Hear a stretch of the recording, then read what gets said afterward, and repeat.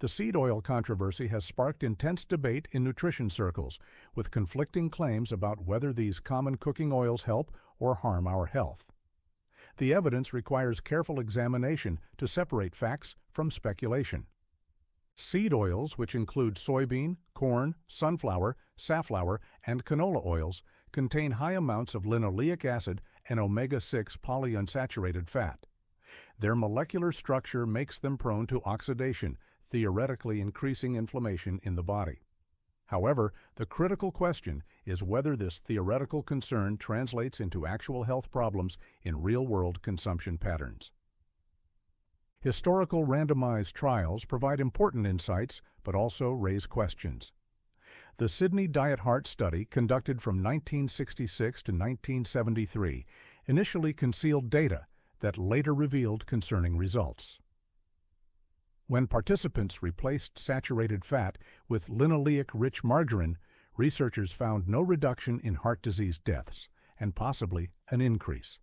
However, this study had significant limitations, including potential trans fat contamination in the margarine and methodological weaknesses in its single-blind design. The Minnesota Coronary Experiment, 1968-73, offered another crucial data point. Despite successfully lowering LDL cholesterol levels by introducing corn oil spreads into participants' diets, the study found no corresponding reduction in cardiovascular mortality. Yet this study also had limitations, notably high dropout rates and its unusual setting in institutional facilities, making it difficult to generalize results to the broader population. Meta-analyses of randomized controlled trials reveal a nuanced picture. When studies combined omega-6 supplementation with omega-3s, health outcomes tended to improve. However, when looking at omega-6 supplementation alone, the effects were either neutral or slightly negative, though these negative trends didn't reach statistical significance. Large observational studies tracking hundreds of thousands of people over decades tell a different story. These studies consistently show that higher linoleic acid intake correlates with moderately lower risks of all-cause mortality, cardiovascular death, diabetes, and certain cancers. This suggests that typical dietary consumption levels of seed oils may actually fall within a safe or beneficial range. The ratio between omega-6 and omega-3 fatty acids has emerged as a crucial consideration in understanding seed oil effects. Blood-based studies indicate that mortality risk remains stable up to ratios of approximately 14:1. The typical Western diet, with a ratio around 9:1, falls within what appears to be a low-risk zone. This finding suggests that insufficient omega-3 intake might be more problematic than moderate seed oil consumption. Research indicates several practical implications for daily food choices.